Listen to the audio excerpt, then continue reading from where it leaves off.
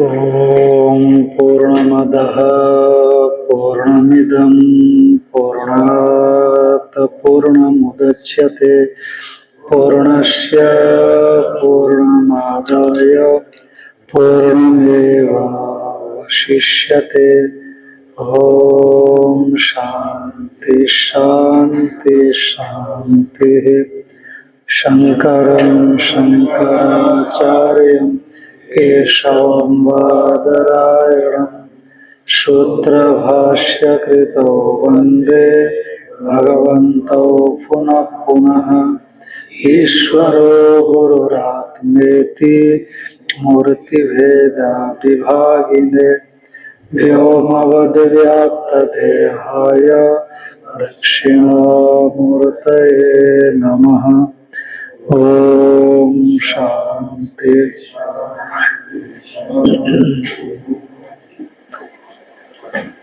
श्रीमद् भगवद गीता का दूसरे अध्याय का जो है यहाँ पर आत्मा के दुर्विज्ञत्व का प्रदर्शन करते हुए आत्मा की यथार्थ दृष्टि से शोक मोहादि नहीं हो सकते, ये बताया जाने योग्य जो प्रकरण है उस प्रकरण पर चर्चा हो रही थी।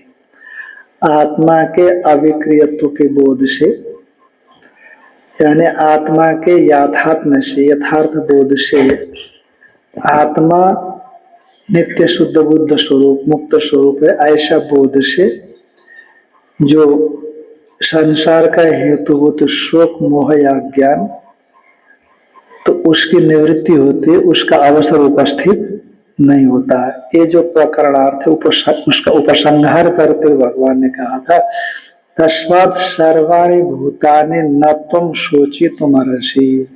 ये भारत इसीलिए किसी भूतों को लेकर के चाहे पारमार्थिक रूप से उनका स्वरूप समझ करके हो, चाहे वह जो है अनित्य रूप है ऐसा समझ करके हो, चाहे वो कार्यकरण संघात को लेकर के हो, उनको लेकर के कभी भी आप शोक करने योग्य नहीं हो। यदि पारमार्थिक रूप से उनको लेकर के तुम शोक करते हो तो परमार्थ तो कभी नष्ट होता ही नहीं है, उनके लेकर के शोक करने की जरूरत है नहीं। यदि मानते हो कि वो अनित्य है पारमार्थिक नहीं है, तो अनित्य है तो क्या है? अनित्य है तो जन्म लेगा मरेगा फिर पैदा होगा फिर मरेगा, ये तो अनवरत प्रक्रिया है।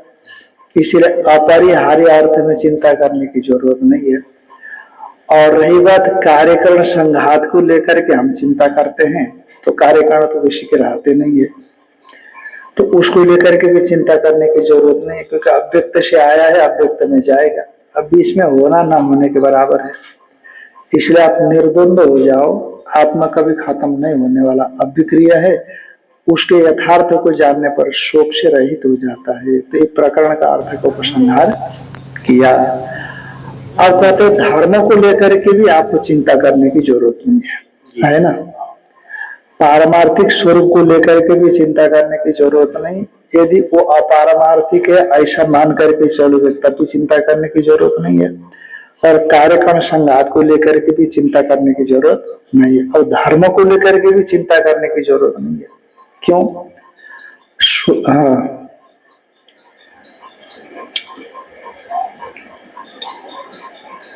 यह परमार्थ तत्व अपेक्षायाम शोक मोहवा न संभवती इति उत्तम। परमार्थ तत्व की अपेक्षा से यहाँ शोक और मोह होते नहीं है ऐसा कहा गया। न केवल परमार्थ तत्व अपेक्षायाम एवं, न केवल परमार्थ तत्व की अपेक्षा से शोक मोह का अभाव मानना चाहिए, अपितु अपने जो धर्म है स्वधर्म है उसको लेकर के भी शोक मोह नहीं करना चाहिए, क्योंकि तुम क्षेत्रीय हो। स्वधर्म यानी वो बता रहे हैं, स्वधर्ममपि चावेक्ष्य न विकम्पितुमर्हसि धर्माद्धियुद्धात् श्रेयोऽन्यत् क्षेत्रीयस्य न विद्यते।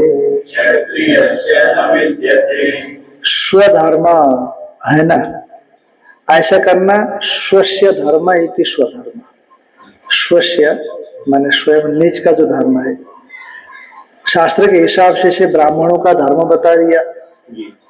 हाँ, क्या बता दिया? समोदमस्तप शौचम क्षांतिरार्जव बचा ज्ञान विज्ञान मास्तिक्यम ब्रह्म कर्म स्वभावजम, उनको ये बताया। और क्षेत्रीय कर्म शौर्यम तेजो धृतिर दाक्ष्यम युद्धे चाप्य पलायनम दानम ईश्वर भावश्च छात्रम कर्म स्वभावजम, ऐसा कह दिया। कृषि गोरक्ष वाणिज्यम वैश्य कर्म स्वभावजम, उनके लिए वैश्यों के लिए कह दिया। और परिचर्यात्मक कर्म शूद्र कर्म स्वभावजम, ये भी कह दिया। तो तुम क्षेत्रीय हो, भगवान अर्जुन के लिए कहते हैं स्वधर्म, स्वस्य क्षेत्रीय से धर्म इति स्वधर्म। स्व माने क्षेत्रीय का जो धर्म है, अर्जुन का जो धर्म है। तो अब अर्जुन के लिए उपदेश है, तो अर्जुन के लिए धर्म है। हम लोगों के लिए जिस प्रकार का है उसके लिए उपदेश है, तो उसके लिए वो जो धर्म बताया गया वो धर्म हो जाएगा।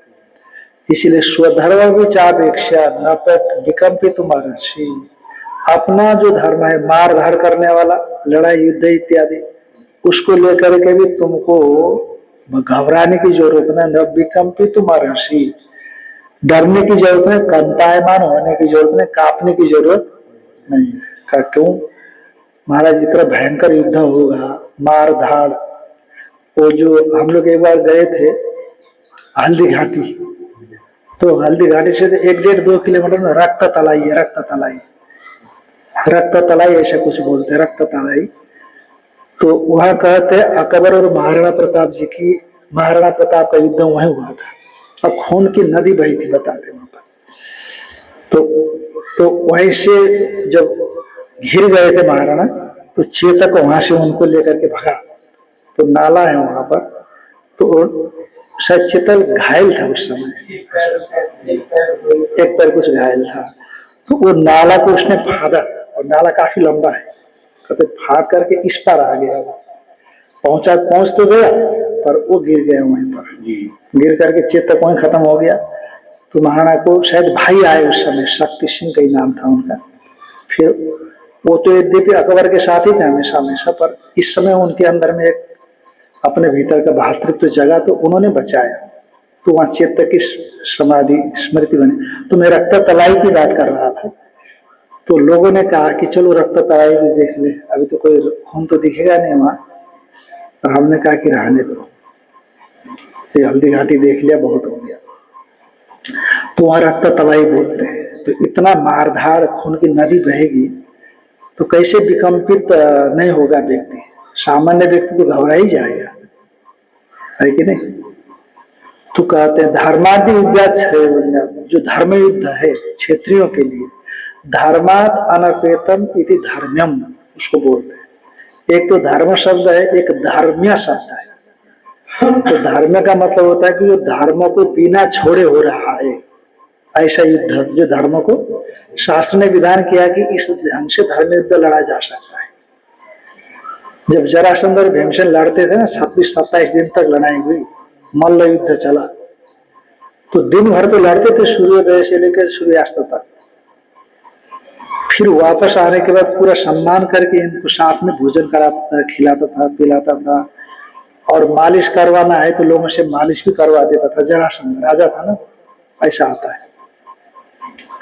और पांडवों के समय भी जब तक गड़बड़ी नहीं हुई, तब तक जो नियम बने थे, नियम का अनुसरण किया जाता रहा।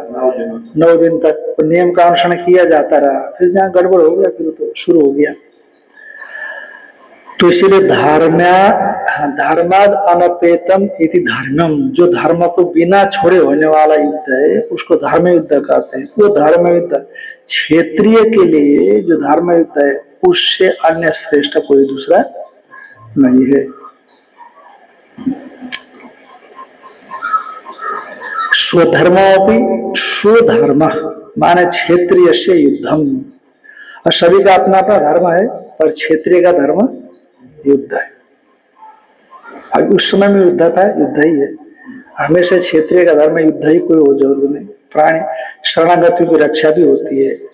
हाँ, और शौर्यम तेजो धृतिर्दाक्ष्यम युद्धे चाप्य पलायनम दानम ईश्वर भावश्च, लोगों की रक्षा करना ये भी क्षत्रिय का धर्म है। हाँ यज्ञादि भी है, ये यज्ञादि करना जो धर्म है, कराना ब्राह्मणों का धर्म है।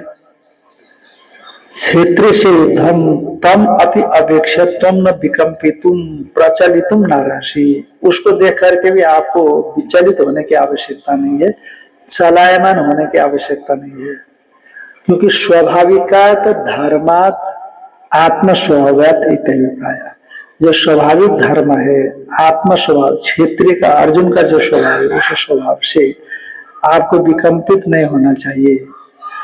तच्च युद्धम पृथ्वी जय द्वारेण धर्मार्थम प्रजा रक्षणार्थम चैति, क्योंकि ये जो युद्ध है तुम्हारे लिए बड़ा के मौका देकर के आ रहा है, ये जो है मौका देकर के आ रहा है। जैसे कहीं कुछ होता है तो लोग बोलते हैं ना भारत के लिए मौका है, भारत के लिए मौका है, भारत को संपन्न बनने के लिए मौके आ रहे हैं, भारत को बिजनेस करने के लिए मौके आ रहे हैं, इसलिए तुम्हारे लिए बहुत अच्छा मौका आया है जो युद्ध उपस्थित हो रहा है। कहते क्या मौका आया है? का पृथ्वी आत्म स्वभाव लिखा है, आत्म स्वभाव, आत्म मन क्षेत्रीय स्वभाव, स्वयं निज निज स्वभाव, जो है हृदय को लेकर के लोग, हाँ मतलब जैसा वो जिस प्रकार का है, हाँ यही स्वभाव शुद्ध चेतन का, शुद्ध चेतन है। आत्मा ने स्वयं, स्वयं का जो स्वभाव है जीव का। तत्स युद्धम पृथ्वी जय द्वारे न धर्मार्थम, वो युद्ध जो है आपके लिए उपस्थित हुआ है वो पृथ्वी जय के माध्यम से।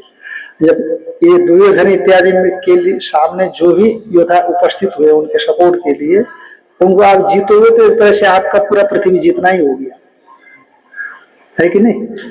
क्योंकि दुर्योधन के सामने, दुर्योधन के सपोर्ट में जो भी खड़े हैं, कर्ण है, भीष्म है, द्रोणाचार्य जी है, कृपाचार्य जी है, कृतवर्मा है, हाँ दुशासन इत्यादि है, शल्य इत्यादि, यदि आप जीत गए तो इतने बड़े बड़े महारथी अतिरथी दुनिया में कोई है ही नहीं, दिग्विजय ये सब आप जीत गए, इन सबको जीत गए हो।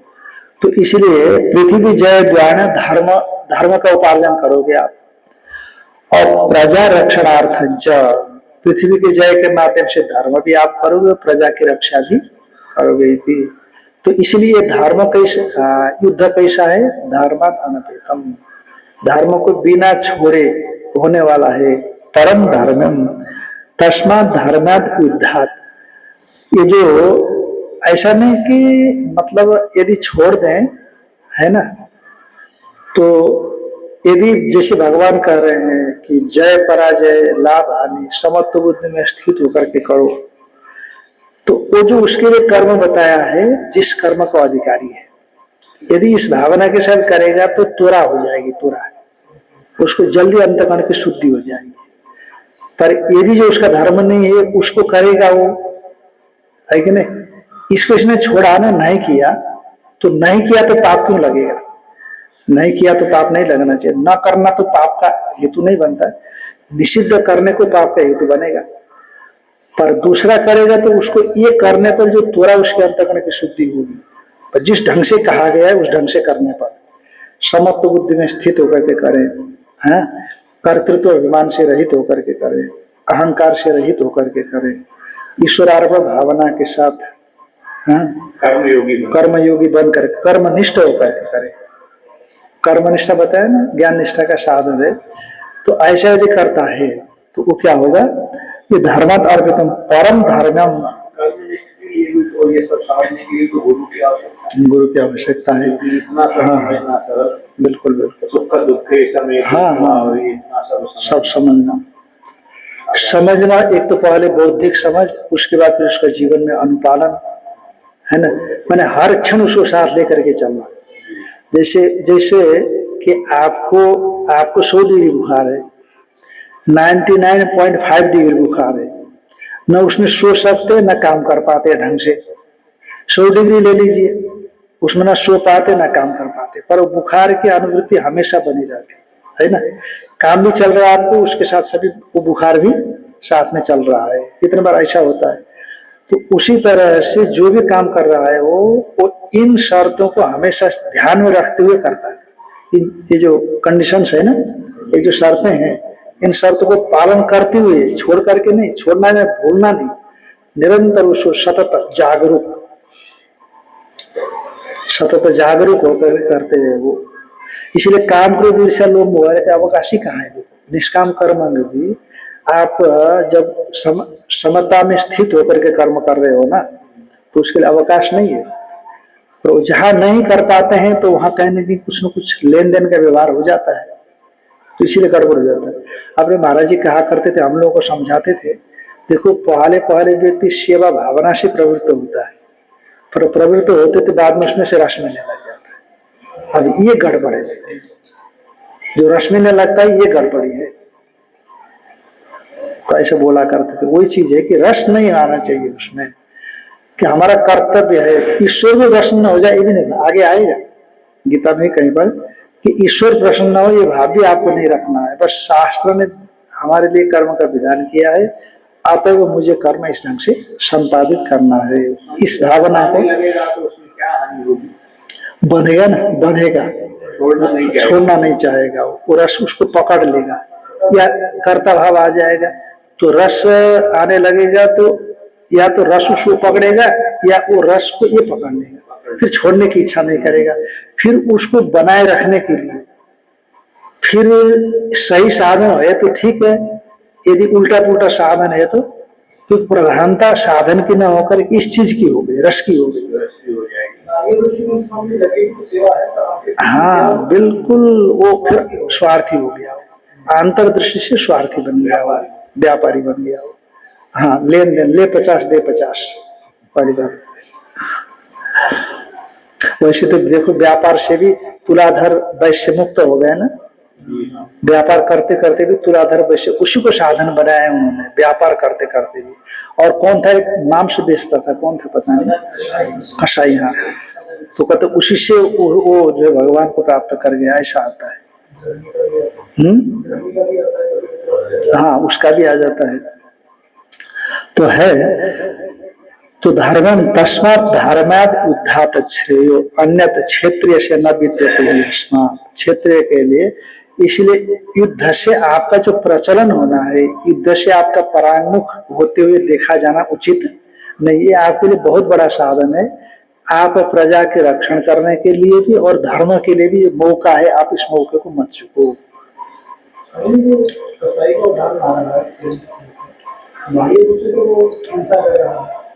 लेकिन आपके दृष्टिकोण से समबुद्धि में स्थित होगा, यही बताने का तात्पर्य है ना। समबुद्धि में स्थित होता हुआ बाह्य दृष्टि से अहिंसा करता हुआ भी इंसान की कर रहा है, ऐसा वो मानना।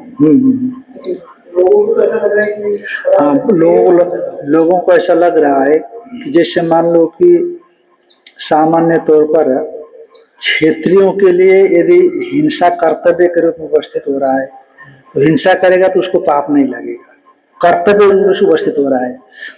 पर यदि ब्राह्मण हिंसा न करता हुआ है कि नहीं, यदि ब्राह्मण हिंसा न करता हुआ यदि किसी दूसरे उपायों से उससे बच करके अपना कर्तव्य निभा रहा है तो ब्राह्मण के लिए वही काम अच्छा है, क्योंकि ब्राह्मण के लिए हिंसा विधान नहीं है।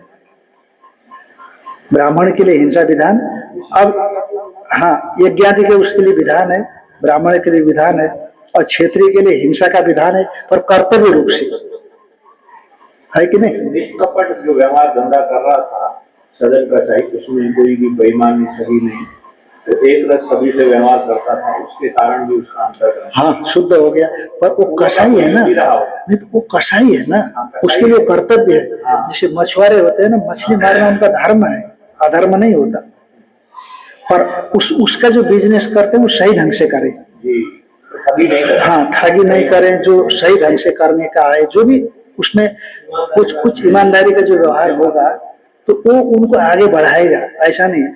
इसलिए बहुत बार जो है ना ओंकारेश्वर में जो मछली मारने वालों के प्रति लोग बहुत अलग नजरिए से देखते हैं ना, तो हमें मेरे मन में यही आता है कि भाई उनके लिए तो विधान है ना, ठीक है भाई, घाट से थोड़ा सा दूर जो करना है करो, पर उनके लिए कर्तव्य है ना वो।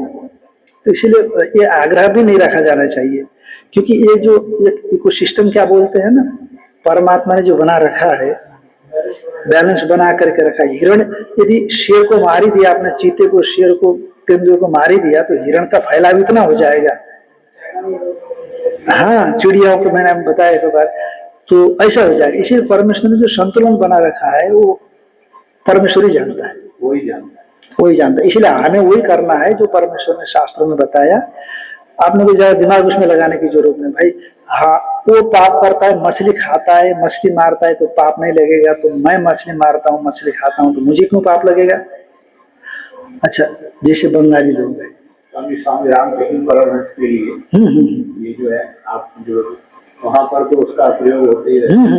जैसे मान लो कितनी बार बंगाल के लोग होते हैं बचपन से ही खाते हुए आ रहे हैं, यदि वो खा करके भी ध्यान में बैठ सकते हैं, यदि ध्यान का अभ्यास है तो, पर आप देख करके भी ध्यान नहीं लगा सकते।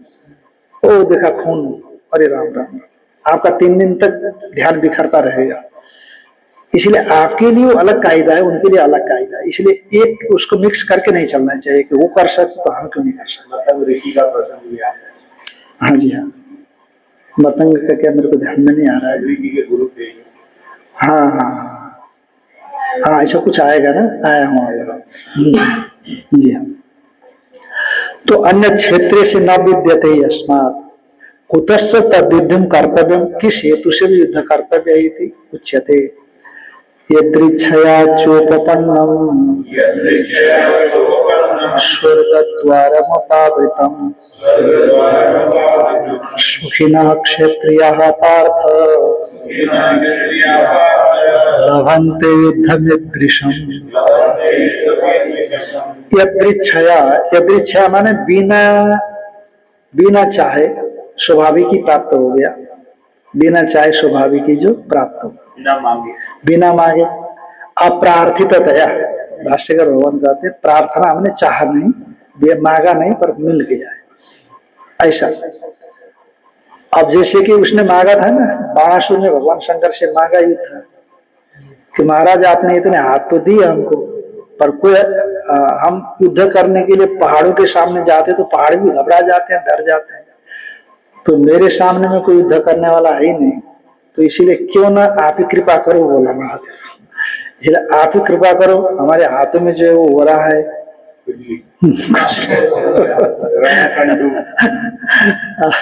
आपने बोल दिया, मैं तो थोड़ा बोलना नहीं चाहता था, तो इसीलिए जो है ऐसा हो रहा है हमको, तो इसीलिए उसको मिटा दो आप ही कृपा करके। तो महादेव को गुस्सा आ गया, इसलिए गलत बोला ना, तो इस गलत बोला तो गुस्सा आ गया महाराज को। महादेव ने कहा अच्छा ठीक है, ये ध्वजा ले जा, जिस दिन तेरे घर में ध्वजा गिर जाएगा फिर तेरी रणकंडू को मिटाने वाला आ जाएगा।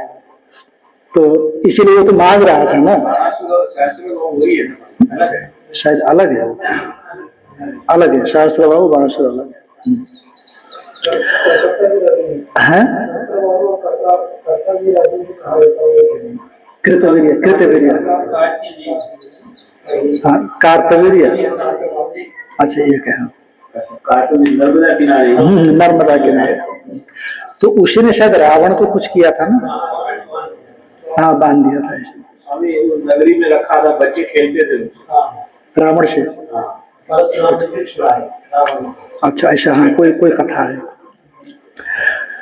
स्वर्ग द्वारम अपावृतम, ये खुला हुआ स्वर्ग का द्वार है। अपावृतम माने आवृत माने बंद, और अपावृत माने खुला हुआ स्वर्ग का द्वार। ये स्वर्ग, ये युद्ध है, माने स्वर्ग द्वारम अपावृतम युद्धम ईदृशम, इस प्रकार के स्वर्ग के द्वार को खुला हुआ युद्ध है। माने आप यहाँ पर पीठ दिखाए बिना लड़ाई करोगे और मारे जाओगे तो आपको क्या मिलेगा? स्वर्ग मिलेगा। और यदि जीत जाओगे तो धरती मिलेगी, सबके राजा बन जाओगे आप। दोनों हाथों में लड्डू है। यदि हारोगे कहते पर पीठ में हथियार लग गया और मर गया ना तो उसको स्वर्ग नहीं मिलता। पीठ में लगने का मतलब भगा ना, वो भाग रहा है वो, इसलिए पीठ में लग करके मरा तो उसको स्वर्ग नहीं मिलेगा। पता नहीं नरक वरक जो मिलता होगा, स्वर्ग तो नहीं मिलेगा। हाँ भाग रहा है ना, भागने वालों को मारने का नियम नहीं है युद्ध, धर्म युद्ध के हिसाब से। और सामने है, आप वक्षस्थल को खड़े करके बैठे हो, भले मारे गए आप, तो ऐसी स्थिति में आपको स्वर्ग रास्ते में आपका स्वागत करने के लिए लोग आते हैं, तमाम बातें बताई जाती है। जी तो सुखी न क्षेत्रीय पार्थ, ये पार्थ, ये जो सुखी क्षेत्रीय है उनको सुखी मिलता है। यदृच्छ है मैंने अप्रार्थिततया, हम ढूंढ नहीं रहे हैं, स्वाभाविक उपलब्ध हो गया है। इसलिए यदृच्छ का अर्थ करते कहीं कहीं पर करते हैं स्वाभाविकतया, स्वाभाविक रूप से, बिना बिना मांगे अनायासी। हाँ, और साधु सन्यासियों के लिए, हाँ वहां भी आएगा। तो वहां पर 4 प्रकार की वृत्ति मानी गई है। एक तो भिक्षा वृत्ति मानी गई है, एक तो हाँ कोई ला करके दे, है ना, ये इस प्रकार से भोजन करने को कहा गया है। तो और वो 4 बताया निमंत्रण कोई दे, हाँ हाँ, अजगर वृत्ति का मतलब कोई ला करके वहीं दे दे, आप में खोज में कर नहीं रहे हो। तो ऐसे 4 प्रकार के भेद शायद आगे के गीता में आए। तो यदृच्छ है मैंने अप्रार्थिततया उपपन्नम माने आगतम, निमंत्रण का भी होगा ही। हाँ ऐसा कुछ है वहां। स्वर्ग द्वारम अपावृतम उद्घाटितम, स्वर्ग द्वार उद्घाटित है, स्वर्ग का द्वार। ये तद ईदृशम एकदम लभंत है, जो इस प्रकार ये देव को प्राप्त करते हैं क्षेत्रीय, ये पार्थ क्षेत्रीय लोग प्राप्त करते, किम सुखी नस्ते, वो सुखी है। शास्त्र दृष्टि से देखो तो वो उनको दुखी नहीं माना जाना चाहिए, वो सुखी है, क्योंकि अब सुख के नजदीक पहुंचे हैं। अब ये मारे जाकर के स्वर्ग ही पहुंचेंगे और सुख भोगेंगे। एवं कर्तव्यता प्राप्तमपि, इस प्रकार से कर्तव्यता विहित है और फलशाली है, और इस प्रकार से विहित भी और फल देने वाला। विहित तो फल देने वाला होगा ही होगा, फिर भी आपके सामने में कर्तव्य उपस्थित है, फिर भी इसको नहीं करोगे तो आपको दोष लगेगा। अथ चेत्त्वमिमं धर्म्यं संग्रामं न करिष्यसि ततः स्वधर्मं कीर्तिं च हित्वा पापमवाप्स्यसि। यदि चेत त्वम इमं धर्म्यं संग्रामं न करिष्यति, धर्म को छोड़े बिना होने वाला होने से धर्म कह दिया। धर्म जो कर्म है यदि आप नहीं करते हो तब तो आप धर्म पूर्वक जो होने वाले युद्ध है उसको न करने से स्वधर्म को भी खो दोगे और कीर्ति को भी खो दोगे। क्योंकि जब आपका धर्म है तो आप नहीं कर रहे हो तो धर्म तो चला ही गया, करके तो धर्म होता। और दूसरा कीर्ति, और आपकी कीर्ति भी चली गई। और पापम अवाप्स्यसि, आपने धर्म तो नहीं करोगे, पर धर्म करोगे, तो पर धर्म आपका धर्म तो है ही नहीं, तो पाप लग जाएगा। अथ चेत्त्वम इमं धर्म्यं संग्राम धर्मात् अनपेतम, धर्म को बिना छोड़े होने वाला अनुच्छेद धर्म युद्ध है। संग्रामम माने युद्धम न करिष्यसि, चेत यदि नहीं करोगे तो ततः तद अकरणात्, उसको न करने से स्वधर्मम कीर्तिम च, अपना धर्म और कीर्ति को। कीर्ति क्या है अर्जुन की? का महादेवादि समागमादि निमित्तम, महादेव के साथ जो युद्ध लड़ा था अर्जुन ने, हाँ भगवान को खुश करा दिया था। हाँ, और निवात कवच ये कहीं पर आया है, अपने कहाँ आया है? जब स्वर्ग में गए थे तो अर्जुन को कार्य लगाया इंद्र जी ने कि वो जो राक्षस है दानव है परेशान करते हैं हम लोगों को, तो इनको आप जो है खत्म करो। तो मातली जो सारथी है इंद्र के, तो इंद्र के रथ पर ही बैठ करके निवात कवच नाम की जो बहुत बड़ा झुंड था दानवों का, उनको अर्जुन ने खत्म कर दिया था। तो हम बहुत छोटे अवस्था में पढ़ते थे कि निवात कवच ने अर्जुन को चारों ओर से घेरा और बाढ़ चलाए, तो मातली जो है ना मातली, तो दिन में अंधेरा छा गया, बाढ़ों से घिर गए। तो मातली बोलते हैं कि हमको कुछ सूझ नहीं रहा है, ऐसा लगता कि पूरा सूरज तो ढक गया है, इतने बाढ़ों से आच्छादित हो गए। अर्जुन का अच्छा ठीक है, फिर आग ने आश्रय उठाया और सब बाढ़ को नष्ट कर दिया। ऐसा वहां पर कभी पढ़ा था। तो ये जो महादेवादि समागम निमित्त जो कीर्ति है, हित्वा त्याग करके केवलम पापम अवाप्स्यसि, आप क्या करोगे? पाप को प्राप्त करोगे। न केवलम स्वधर्म कीर्ति परित्याग, न केवल अपने स्वधर्म का परित्याग और कीर्ति का ही परित्याग होगा, अभी तो अकीर्तिं चापि भूतानि कथयिष्यन्ति ते व्ययाम् संभावितस्य चाकीर्तिर् मरणादतिरिच्यते भयाद्रणात् उपरतम् मन्यन्ते त्वां महारथाः येषां च त्वं बहुमतो भूत्वा यास्यसि लाघवम् भूतानि ते अकीर्तिम कथयिष्यन्ति अव्ययाम। जो प्राणी है अव्यय में बहुत दिन तक रहने वाली। अव्यय का मतलब व्यय को न होने वाली, नष्ट न होने वाली, अपेक्षा से, हाँ अपेक्षा से नष्ट, हाँ युग युगों तक रहने वाली। अब जैसे शकुन ने दुष्टता की, दुशासन ने दुष्टता की, और उस समय में कर्ण ने भी थोड़ा बहुत सहयोग कर दिया, दुर्योधन ने कर दिया, तो आज भी लोग उसको क्या करते हैं, अपकीर्ति को गाते हैं कि दुर्योधन ने ऐसा किया, दुशासन ने द्रौपदी के साथ ऐसा किया, शकुन ने ऐसा किया, ऐसा किया। और युधिष्ठिर की कीर्ति आज भी गाते हैं, है कि नहीं। तो इसीलिए ते तव अकीर्ति को जो अव्ययाम लंबे समय तक चलने वाली भूतानि कथयिष्यन्ति, भूत प्राणी मनुष्य इत्यादि कथन करते ही रहेंगे। और संभावित से चाकीर्ति, थोड़ा भगवान डराते भी हैं और वास्तविकता भी है। और जो लोगों के बीच में बड़ा सम्मानित रहा, संभावित रहा, सबका पूज्य रहा, सब जिसकी प्रशंसा करते रहे, स्तुति गाते रहे, उसके भी ऐश्वर्य की, ऐसे पराक्रम की, सामर्थ्य की गाथा गाती जाती रही, और वो व्यक्ति एकदम से दूसरे को तरह अपमानित होने लगे तो कभी कभी लोग आत्महत्या भी कर देते, उसको सहन नहीं कर पाते। कहते एक श्री हर्ष के पिताजी थे जिन्होंने खंड खाद्य लिखा, तो जहां भी जाते थे शास्त्रार्थ में विजयी होते थे, पर एक जगह शास्त्रार्थ में पराजित हो गए। तो उस समय में श्री हर्ष जो उनके बेटे होने वाले थे गर्भ में थे, तो पराजित हो गए। तो पराजित का जो अपमान है वो झेल नहीं पाए, इतने भारी विद्वान होने के बावजूद। तो उन्होंने अपने पत्नी से बोला, देखो ये चिंतामणि मंत्र है, जब तक बेटा पैदा ना हो तब तक तुम जपते रहना, और जब पैदा होकर के होश संभाले और जप करने में सक्षम हो तब ये मंत्र उसको पढ़ा देना, इसको दे देना, वो जाप करे, तो तुमको तुम्हारा भरण पोषण करने वाला सक्षम बच्चा पैदा होता है। ऐसा कहा करके उन्होंने आत्महत्या कर दी। संभावित से चाकृतिर मरणादति रिच्यते। शायद कश्मीर के थे वो, कश्मीर के। तो और कुमारी भट्टाचार्य ने किया है, पर वो पाप का प्रायश्चित है। कुमारी भट्टाचार्य जी का तो पाप का प्रायश्चित था। वो संभावित से चाकृति मरणाद अतिरिच्यते वाली नहीं थी वहां पर, उनको तो प्रायश्चित के लिए बौद्ध गुरु का अपमान हो गया था उनसे, ऐसा मानते थे वो, जिनसे विद्या अध्ययन किया था।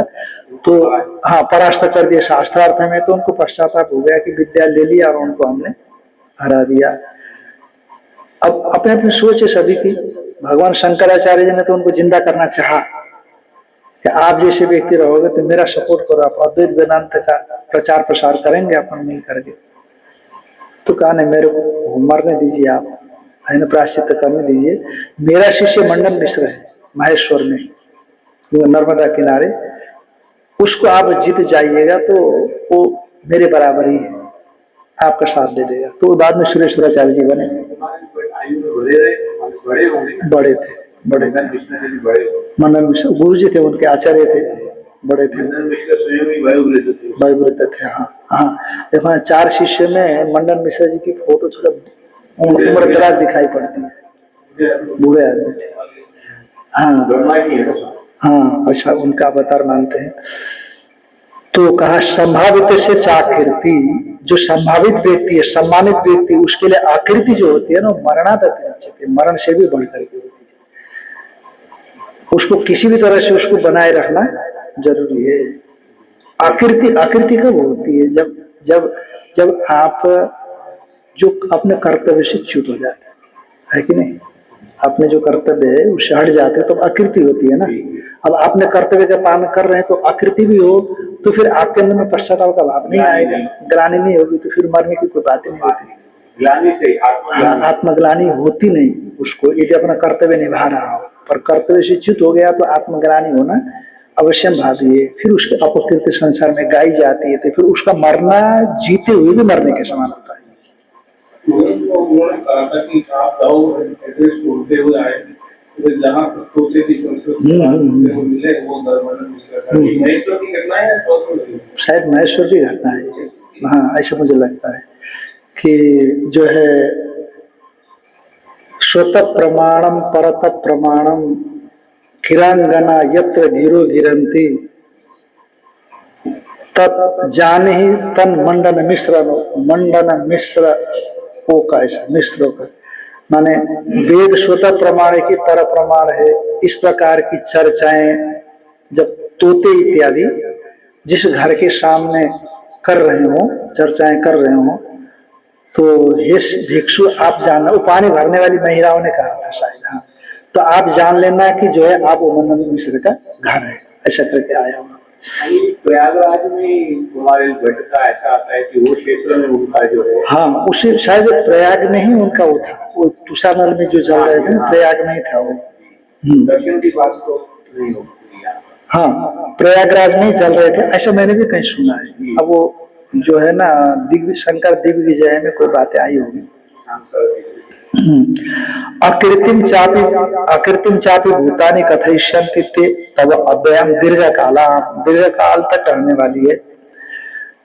धर्मात्मा सुर इति एवं आदिभिर गुणै संभावितस्य, धर्मात्मा हो तुम, शूर हो, इस प्रकार के विभिन्न प्रकार के गुणों से जो आपका सम्मान किया गया है, ऐसे सम्मानित तुम्हारा अकृति जो होगी मरना ततिरिच्यते, क्योंकि संभावित से चाकृत्य मरम वर्णन, जो सम्मानित है वो सम्मानित व्यक्ति की अकृति से श्रेष्ठ क्या है, मरना ही श्रेष्ठ है इत्यादि। किंच भयाद्रताद उपरत्नम मनसन्ते त्वम, अर्थ कौन जानता है कि आपके अंदर में सबके प्रति कृपा उत्पन्न हो गई, दया उत्पन्न हो गई, इसलिए आप युद्ध छोड़ रहे हो, कौन जानता है इस चीजों को? मेरे को छोड़कर कोई जानता नहीं है। मेरे को तो समझ में आ रहा है कि मैं शूरवीर हूँ, परंतु सबके ऊपर कृपा हो गई, दया हो गई, दया उत्पन्न हो गई मेरे अंदर, इसीलिए मैं युद्ध नहीं लड़ना चाहता, भले ही भिक्षा का अन्न मांग करके खाना पड़े सन्यासियों की तरह, तो इसलिए मैं दया करके किसी को मारना नहीं चाहता हूँ। ये कौन जानता है?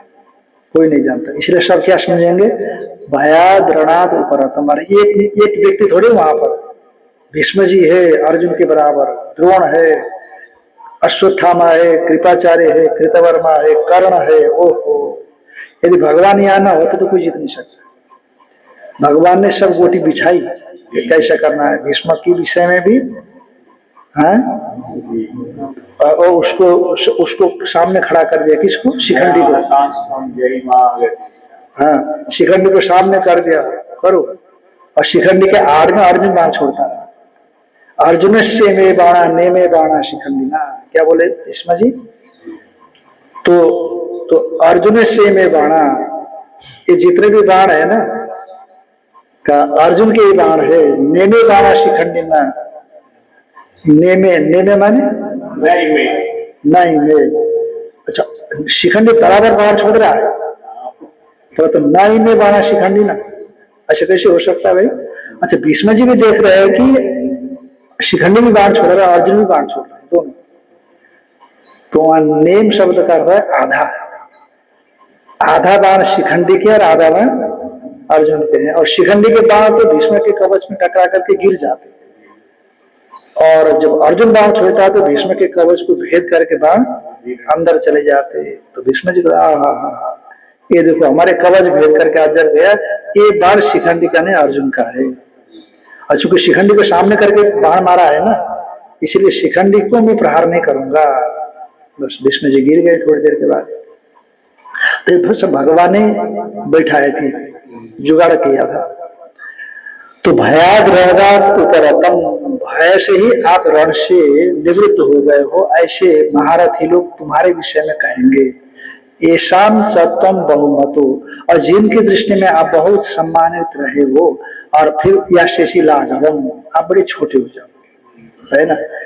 जब जो लोग बड़े बड़े लोग आपका सम्मान करते हैं, उनके सामने में आप कैसे होगे, छोटे हो जाओगे, आपका असम्मान होगा, तो वो अच्छा नहीं होगा। भयात माने कर्णादिभ्यो रणात युद्धात उपरतम निवृत्तम मनुष्यन्ते चिंतयिष्यन्ते, कर्णादियों के भय से। अच्छा, अर्जुन कर्ण से थोड़ा डरता था, बताते हैं। अर्जुन जो है ना, कर्ण से थोड़ा डरता भी था। कहते जब अर्जुन का और कर्ण का युद्ध हो रहा था ना, कर्ण का और अर्जुन का युद्ध, मैं रामायण महाभारत में पढ़ा था कि महाराज यदि कर्ण मेरे को मारेगा तो क्या करेंगे आप, आया होगा ना मन में तब। तो कहा एक मित्र के लिए दूसरे मित्र को जो काम करना है मैं वही करूंगा, मैंने इस धरती से मैं कौरवों को खत्म कर दूंगा, ऐसे भगवान ने बोला है वहां पर। वो कर्ण बड़ा महारथी था, इसमें कोई संशय नहीं, कई जगह से ज्ञान हासिल की थी उसने, धनुर्वेद सीखा था। अच्छा, लिखने वालों ने भी विशेष करके कर्ण के विषय में बहुत लिखा है। कर्ण के विषय में भी बहुत प्रतिकूल परिस्थिति में मारा गया ना वो।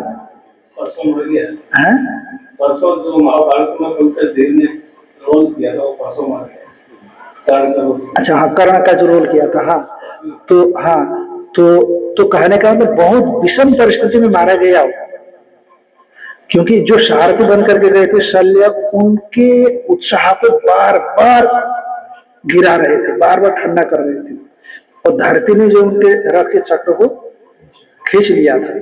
और अर्जुन तो बाण लेकर के खड़ा था ही, और भगवान कृष्ण भी उसके सपोर्ट में थे ही।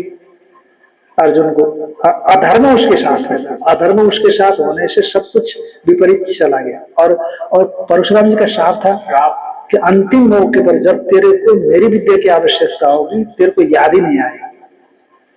और अर्जुन के बाण को काटने के लिए वो याद करते हैं मंत्र, मंत्र ही याद नहीं आ रहा है, तो सब कुछ प्रतिकूल परिस्थितियां हो गई, तो मारा गया। तो इसीलिए लोगों को मुझे लगता है कि कर्ण का जो कुछ कमियां थी पहले की, वो उतना ध्यान में नहीं गया। तो कर्ण जो अंतिम अवस्था में जो एक तरह से प्रताड़ित जैसा हुआ ना, उसको ध्यान में आया और सभी लोगों ने उसी की प्रशंसा कर दी। और दूसरी बात है कि कवच कुंडल देखो उसने दान किए, बहुत बड़ी बात है, दानवीर के रूप में आता है उसका नाम, जो जन्मजात कवच था उसका, कोई दिव्या से भेद नहीं कर सकता, तो उसको भी उसने दान कर दिया है। तो इसीलिए यहाँ कर्णा एक शब्द आया पहले, कर्णादियों से तुम डर करके हट गए, ऐसा लोग तुमको बोलेंगे। चार नाम दिए भगवान 11वें अध्याय में। हाँ हाँ, जयद्रथ, भीष्म पितामह, द्रोणाचार्य, द्रोणाचार्य, कर्ण, चार नाम। भीष्मं च द्रोणं च जयद्रथं च कर्णं तथा न्यान्यपि योद्ध वीरान् मया हतास्तम जहिमा व्यतिष्ठा युद्धस्व जेतासी रणे शपथ। भगवान आश्वासन देते हैं, युद्धस्व जेतासी, युद्ध को तुम जीतोगे जीतोगे, युद्धस्व जेतासी रणे शपथनान, रण में शपथ माने जो शत्रु है उनको युद्ध में तुम जीतोगे, ऐसा बोलो। तो फिर भी तुम युद्ध नहीं लड़ना चाहते हो तो कोई बात नहीं, मैं सबको खत्म करूंगा। कालोस्मि लोक क्षेत्र प्रवृत्त हो, ये लोक को नष्ट करने के लिए बड़ा हुआ काल हूँ। लोकान समाहर तुम यह प्रवृत्त, लोक को नष्ट करने के लिए मैं प्रवृत्त हूँ। रीते भी तुम मैं भी रहोगे, रीते भी तुम भविष्य योद्धा, ये जितने भी योद्धा लोग कोई यहाँ नहीं रहेंगे। हाँ, प्रत्यनिकेश योद्धा। तो ऐसा भगवान आश्वासन, कई तरह से आश्वासन दिया अर्जुन को। यदि भगवान के आश्वासन से ये इसीलिए धर्म जीता, यह तो धर्म तत्व जय, ऐसा बताया है ना। इसलिए भगवान अर्जुन के पक्ष में नहीं है, भगवान धर्म के पक्ष में, और धर्म अर्जुन के साथ है। और दुर्योधन के पक्ष में अधर्म है, भले ही महारथी हो कोई फर्क नहीं पड़ता, धर्म होने से भगवान होता है। भगवान जिधर उधर विजय तो होना ही होना है ना। ये तो धर्म तत्व जया, यत्र योगेश्वर कृष्ण। देखो पहले भगवान का नाम दिया, देखो ध्यान रखना, पहले भगवान का नाम दिया, यत्र योगेश्वर कृष्णो यत्र पार्थ धनुर्धर तत्र श्री विजयो भूतिर ध्रुवा नीतिर मतिर्मम। भयात् मन कर्णादिव्य ऋणात् युद्धात् उपरतम निवृत्तम मनुष्यन्ते चिंतयिष्यन्ति न कृपया। तुम दया करके निवृत्त हुई हो ऐसे कोई नहीं सोचेगा, भय से ही तुम हटे हुए युद्ध से ऐसा सोचेंगे। त्वां महारथा दुर्योधन प्रवृत्तया येषां च त्वं दुर्योधनादि नाम बहुमतो भवगुण युक्त। जिन दुर्योधनादियों के मध्य में बहुत से भारी विशिष्ट गुणों से युक्त होते हुए बहुमतो भूत्वा, बहुत श्रेष्ठ होकर के पुनर्याशेषी लागमम लघुभागम, फिर आपके लिए छोटा होना जैसा बन जाएगा, फिर वही लोग आपको बड़ा छोटा समझेंगे। अवाच्यवादांश बहु वदिष्यन्ति तवाहिता निन्दन्तस्तव सामर्थ्यं ततो दुःखतरं नु किम् हतो वा प्राप्स्यसि स्वर्गं जित्वा वा भोक्ष्यसे महिम् तस्मादुत्तिष्ठ कौन्तेय युद्धाय कृतनिश्चय। इसीलिए अवाच्य वाणी नहीं बोलना चाहिए तुम्हारे विषय में। तुम्हारे शत्रु तुम्हारे लिए बोलेंगे, तुम्हारी निंदा भी करेंगे सामर्थ्य की, उससे बढ़कर के दुख और क्या हो सकता है। इसलिए अर्जुन तुम घबराओ मत। यदि तुम मारे जाओगे तो स्वर्ग को प्राप्त करोगे, जीतोगे तो धरती को प्राप्त करोगे। तस्मात् उत्तिष्ठ कौन्तेय युद्धाय कृत निश्चय। इसलिए हे अर्जुन तुम युद्ध में कृत निश्चय होकर के तैयार हो जाओ। अवाच्य वादन अवक्तव्य वादांश बहुन अनेक प्रकार वदिष्यन्ते तवा इत। शत्रु तुम्हारे लिए अनेक न कहने योग्य वाणी को कहेंगे और निंदन तक उत्साह स्तवतोद्यम सामर्थ्य, तुम्हारे सामर्थ्य के विषय में निंदा भी करेंगे। सामर्थ्य क्या है? निवाच कवचादि युद्ध निमित्तम, निवाद कवचादि युद्ध निमित्तक जो तुम्हारा सामर्थ्य उसकी निंदा करेंगे। तस्मात् तत्व निंदा प्राप्त दुखात दुखतरम मुकिम। उस निंदा प्राप्ति से बढ़ करके दुख और क्या हो सकता है। तत् कष्टतरम दुखम नास्ति इत्यर्थ। युद्धे पुनः क्रियमाणे कर्णादेवी, यदि युद्ध किए जाने पर कर्णादेवी से मारे ही गए तुम।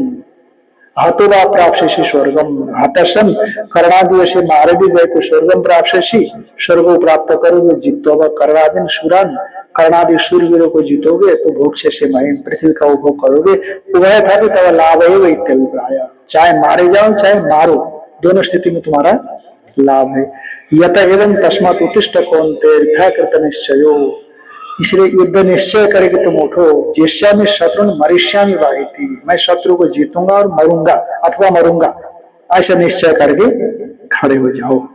तो इस तरह से यहाँ पर भगवान ने अर्जुन को किसी भी तरह से जो अपना कर्तव्य उस कर्तव्य में दृढ़ लाने के लिए उपदेश दे दिया। और अब आगे भगवान थोड़ा सा ज्ञान योग के विषय में चर्चा करेंगे धीरे धीरे। हाँ, सांख्य योग के विषय में।